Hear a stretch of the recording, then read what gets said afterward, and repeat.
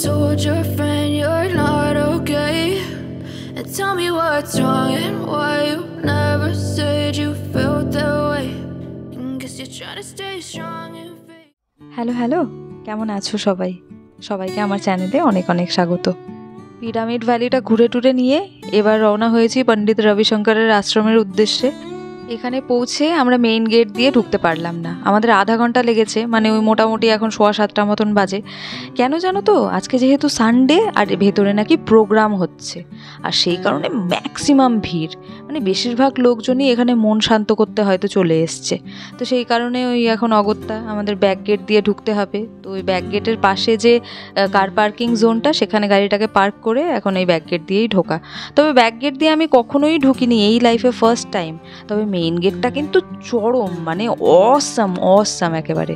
সেই বড় বড় রাজবাড়ির যে এন্ট্রান্সগুলো হয় না, এইরকম বড় গেট, একদম পুরো সারা রাস্তাটা জুড়ে বড় বড় থাম লাগানো, তার মধ্যে আলো বাতি, ঠিক সেই রকম এখানে ঢোকার এন্ট্রান্সটাও, মানে অসাম।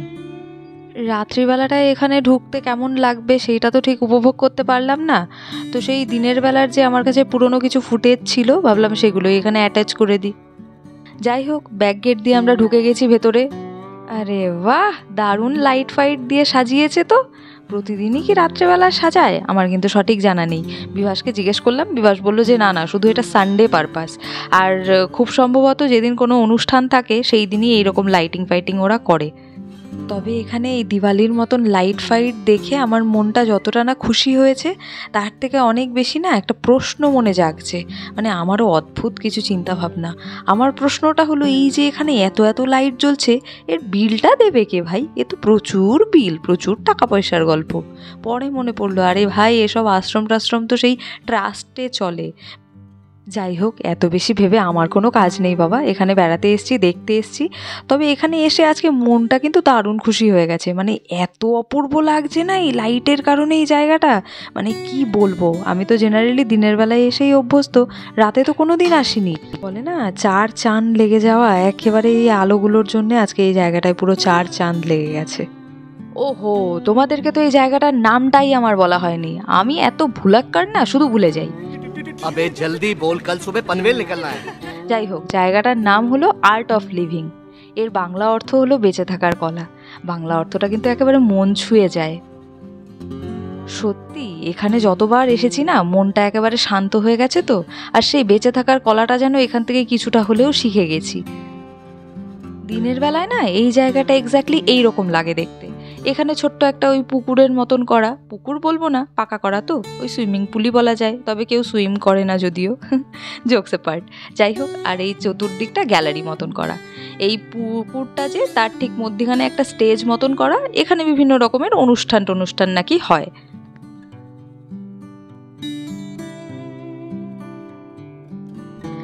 এই জায়গাটাও কিন্তু একটা ইন্টারন্যাশনাল মেডিটেশন সেন্টার। এখানে কিন্তু স্কুল, কলেজ, হস্টেল সমস্ত কিছুই আছে। আর সেখানে দেশ বিদেশ থেকে বিভিন্ন ছাত্রছাত্রী যাদের ইন্টারেস্ট আছে এই সমস্ত শেখার প্রতি, যেমন মেডিটেশন, যোগা, তারা কিন্তু এখানটায় এসে অ্যাজ এ স্টুডেন্ট এখানে পড়াশুনো করে। আর এই জায়গাটা পণ্ডিত রবিশঙ্করের ভীষণ প্রসিদ্ধ, শুধু দক্ষিণ ভারত বলে নয়, সারা বিশ্বেই মোটামুটি। সারা বিশ্বের বিভিন্ন প্রান্ত থেকে, মানে বিভিন্ন ফরেনারকেও এখানে আসতে দেখা যায়, এখানে ক্লাস টাস করতে দেখা যায়। পুকুর টুকুর দেখে হাঁটতে হাঁটতে এখন আমরা মেইন এন্ট্রান্সের ঠিক সামনে। তো এটা হচ্ছে মেইন এন্ট্রান্সের ভেতরের দিকটা। এই জায়গাটা তো রাতের বেলায় একেবারে পুরো যেন সেই বিয়ের কোণের মতন সেজে গুজে আছে মনে হচ্ছে। আমার তো সেই রকমই লাগছে, অপূর্ব সুন্দর। তবে দিনের বেলায় কিন্তু এই রকম লাগে না, একটু অন্যরকম। আসলে আলো জ্বালালে ব্যাপারটাই যেন একটু অন্যরকম হয়ে যায়। আর এই এন্ট্রান্স দিয়ে ঢোকার ঠিক মুখেই এইরকম স্ট্রাকচার করা, যেখানে বসে টসে লোকজন বিশ্রাম করে বা গল্পগুজব করে, যার যেটা ইচ্ছে। আর এই পাশের যে দেয়ালটা, সেই দেয়াল জুড়ে একেবারে লাইট ফাইট লাগানো, সেই ছোট ছোট লাইট, এগুলো একেবারে ফিক্স। আর এগুলো নাকি প্রতিদিনই জ্বালায় ওরা, এমনটাই তো শুনলাম। তবে অপূর্ব সুন্দর লাগছে।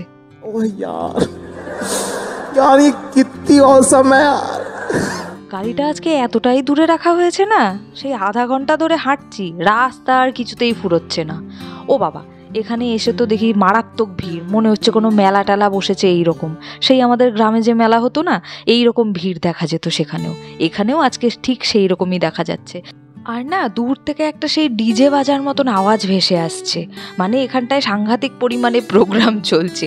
তো যেহেতু এটা মেডিটেশন সেন্টার, সেই জন্য না আমি ভেবেছিলাম এখানে হয়তো সেই মেডিটেশনের কোনো অনুষ্ঠান হচ্ছে। ও বাবা, এখানে এসে তো আমি ভুল প্রমাণিত হয়ে গেলাম। এখানে তো দেখছি সেই আমাদের ডুয়ার্স উৎসব বলে একটা উৎসব হয়, সেখানে বিভিন্ন সেলিব্রিটিদেরকে এনে মানে প্রোগ্রাম করানো হয়, ঠিক সেই রকম একটা প্রোগ্রাম হচ্ছে এখানে। তবে ওই আমাদের কপাল খারাপ, ওই জায়গা অবধি পৌঁছানোর আগেই দেখলাম আওয়াজ টাওয়াজ সমস্ত বন্ধ। তার মানে বুঝতে পারলাম প্রোগ্রাম কমপ্লিট, প্রোগ্রাম শেষ হয়ে গেছে। এখন ধীরে ধীরে সবাই যে যার গন্তব্যে ফিরবে, আর আমরা এই সময় ঢুকছি। বোঝো কাণ্ড আমাদের। যাই হোক, ফাইনালি যার উদ্দেশ্যে এই এতক্ষণ হাঁটা বাচ্চা কাঁখে নিয়ে, এই সেই মেডিটেশন সেন্টারটা, মানে এর ভেতরেই মেডিটেশন হয় আর কি। তো এটা কিন্তু মানে লাইট ফাইট লাগানোর পর যে এতটা অপূর্ব লাগবে আমার ধারণার বাইরে ছিল। আমি তো লাইট জ্বালিয়ে কখনো দেখিনি, তবে এটা কিন্তু দিনের আলোতেও খুব সুন্দর লাগে। তোমাদের আমি দিনের বেলারও কিছু ক্লিপ দেখাবো, চাপ নেই। তবে রাতেরটা আগে একটু উপভোগ করে নিই, কেমন লাগছে কিন্তু অবশ্যই লিখে জানিও। এর সামনেই সুন্দর জলের ব্যবস্থা, দুপাশে দুটো হাঁস করা, তারপর সামনে আবার দুটো ফোয়ারা করা, আর এর ঠিক সামনেও দুপাশে দুটো প্যাসেজ রাস্তার মতন, আর ঠিক মধ্যখানটাতে জলের একটা ব্যবস্থা করা, দারুণ সুন্দর। Tell me what's wrong and why you never said you felt that way. Guess you're trying to stay strong and fake a smile until... ভিডিওটা দেখে কিছু মনে পড়লো? এই ভিডিওটা কবের বলো তো? সেই যে ডিসেম্বর মাসে আমরা এসছিলাম না এরই আশেপাশে পিকনিক করতে। ওই পিকনিক করার সময় তো এই জায়গাটাতে একটু ঢু মেরে গেছিলাম। তো সেই ভিডিওটা তো আর তোমাদের সাথে আমি শেয়ার করার চান্সই পাইনি। তো আজকে ভাবলাম যখন চান্স পেয়েছি শেয়ার করে দিই।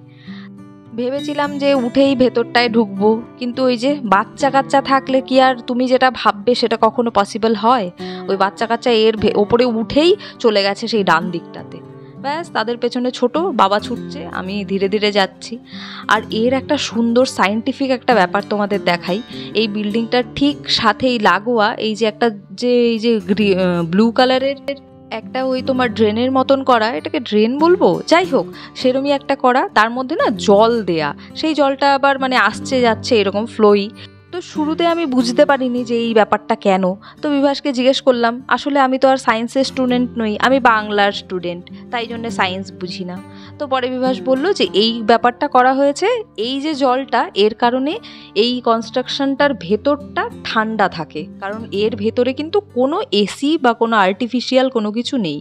এই জলটা যে আছে, এই জলটার দ্বারাই কিন্তু ভেতরটা বেশ ঠান্ডা থাকে। হ্যাঁ, আমি যে কবার এসছি এখানে, যতবারই এর ভেতরে গিয়ে বসেছি, বেশ ঠান্ডা ঠান্ডা একটা ওয়েদার, মানে বাইরে প্রখর রোদ হলেও ভেতরটা কিন্তু বেশ আরামদায়ক। Guess you're trying to stay strong and fake a smile until I look away. But I've known you too. এর চতুর্দিকে একদম সুন্দর গ্রিনারি। যেহেতু শহর থেকে বাইরে না, গ্রাম্য এরিয়া, খুবই স্বাভাবিক। এখানে অত কনস্ট্রাকশনও নেই, অত কোলাহলও নেই, সেই কারণে গ্রিনারি থাকাটাই ভীষণ স্বাভাবিক। চতুর্দিকে একদম বিশাল বড় এরিয়া জুড়ে এদেরই জায়গা, আর সেখানে এদেরই সমস্ত এগুলো প্ল্যান করা গাছপালা। এই আশ্রমটা কিন্তু বিশাল বড় এরিয়া জুড়ে বিস্তৃত। এখানে হস্টেল থেকে শুরু করে গরুর খামার থেকে শুরু করে সমস্ত কিছু রয়েছে। তো অত কিছু তো আর ঘুরে দেখা সম্ভব হয়নি, কারণ এত বড় জায়গাতে কি করেই বা সম্ভব দুটো বাচ্চা কাঁধে নিয়ে ঝুলিয়ে বাদরের মতন, সেই জন্য পসিবল হয়নি। তো এই জায়গাটাই হচ্ছে এখানের মেইন আকর্ষণ। এই জায়গাটাতেই আসা। এখন ধীরে ধীরে এর ভেতরেও ঢুকবো, কিন্তু কিসের কি, বাচ্চাদেরকে হাতের নাগালে পেলে তারপর তো ভেতরে ঢোকা, ওই সমানে ছুটে যাচ্ছে। আর এর সাইড দিয়েও ওই চূড়ার মধ্যে যেই ডিজাইনটা করা, ওই সেম ডিজাইনের এখানে প্রাচীর দেয়া। হাঁটতে হাঁটতে আমরা এই চূড়াটার পেছন দিকে চলে এসেছি, আর পেছন দিকেও এরকম একটা দরজা আছে, সামনে পেছনে দুদিকেই উন্মুক্ত দ্বার। ওই যে দূরে পুকুরটা দেখতে পাচ্ছ, ওটা হয়তো একটা লেক। যাই হোক, এখান থেকে ওই জায়গাটার ভিউটা কিন্তু অসাম। আর সেই লেকটা পর্যন্তই নাকি এই আশ্রমের এরিয়াটা বিস্তৃত। বুঝতেই পারছো তাহলে কতটা বড় এরিয়া জুড়ে একেবারে এই আশ্রমের জায়গা, মানে বিশাল বড়। আসলে এর ভেতরে কিন্তু এদের মানে হসপিটাল থেকে শুরু করে সমস্ত কিছুই আছে বললাম, তার পাশাপাশি এরা যে প্রোডাক্টগুলো বিক্রি করে, এদের অনেক দোকানপাটও আছে। সেই প্রোডাক্টের বেশ কিছুটাই এই আশ্রমের গণ্ডির ভেতরে ম্যানুফ্যাকচার করা হয়। চূড়াটার চতুর্দিকে দেয়াল দেয়া, ছোট ছোট দেয়াল, তবে দু একটা জায়গায় এইরকম একটুখানি বাড়িয়ে জায়গা করা আছে, সেখানে ওই কেউ এসে একটু বিশ্রাম নিতে চাইলে, একটু বসতে চাইলে বসতে পারে। আর এখানে ড্রিঙ্কিং ওয়াটারেরও ব্যবস্থা করা আছে। আর এর সাইডেই রয়েছে নিচের দিকটাতে ওই টয়লেটের ব্যবস্থা। As you fade away, as you fade away, yeah, I'm about to fade away. Bangalore বেড়াতে এলে এই পণ্ডিত রবিশঙ্করের আশ্রমটা কিন্তু ঘুরে যাওয়া যেতেই পারে। কারণ প্রথমত তো এটা শহর থেকে অনেকটা বাইরে, সেই কারণে কোনো ট্রাফিক নেই, কোনো গাড়ির হর্ন নেই, আওয়াজ নেই, ভীষণ শান্ত, ভীষণ স্নিগ্ধ একটা পরিবেশ।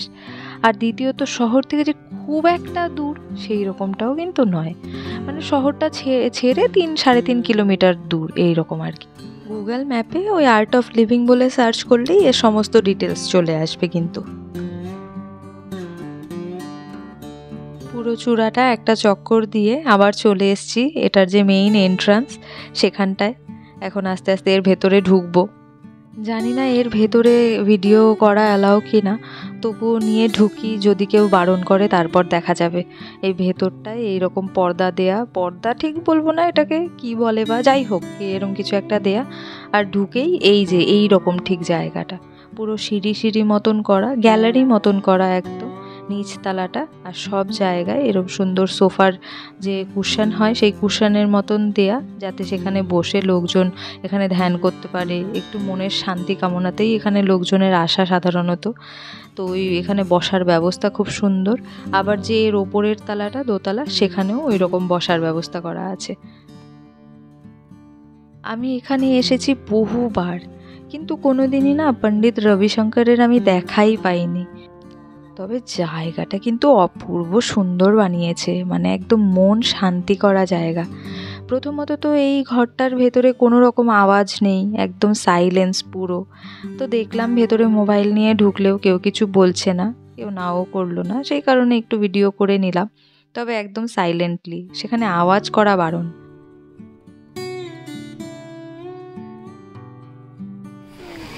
বনি বনি এটা কি হ্যাঁ জল। বনি এটা কি সুন্দর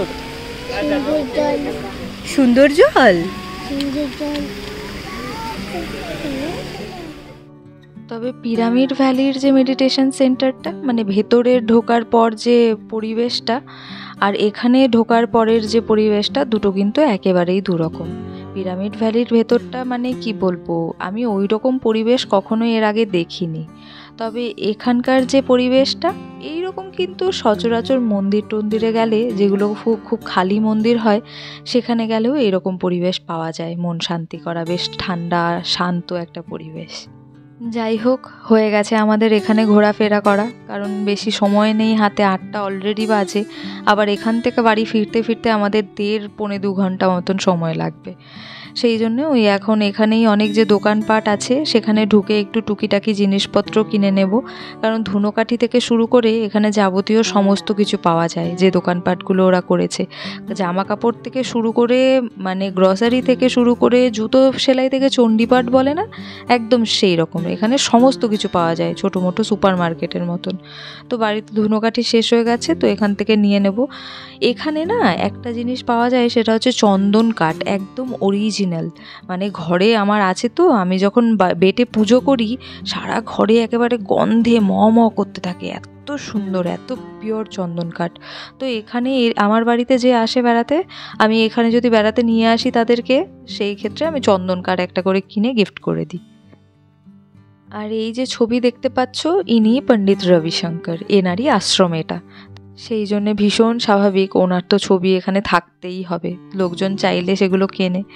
দোকানে জিনিসপত্র কেনাকাটা হয়ে গেলে তারপর আমরা চলে আসি এখানে যে ক্যাফেটেরিয়াটা সেখানে, কারণ অনেকটা রাত হয়ে গেছে, তো একটু না খিদেও পাচ্ছে। তো ভাবলাম ওখানে গিয়ে দেখা যাক কিছু যদি স্ন্যাক্স পাওয়া যায় সেগুলোই একটু খাওয়া যাবে।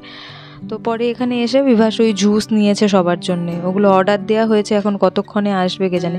এখানেও কিন্তু জিনিসপত্রের দাম যথেষ্ট কম।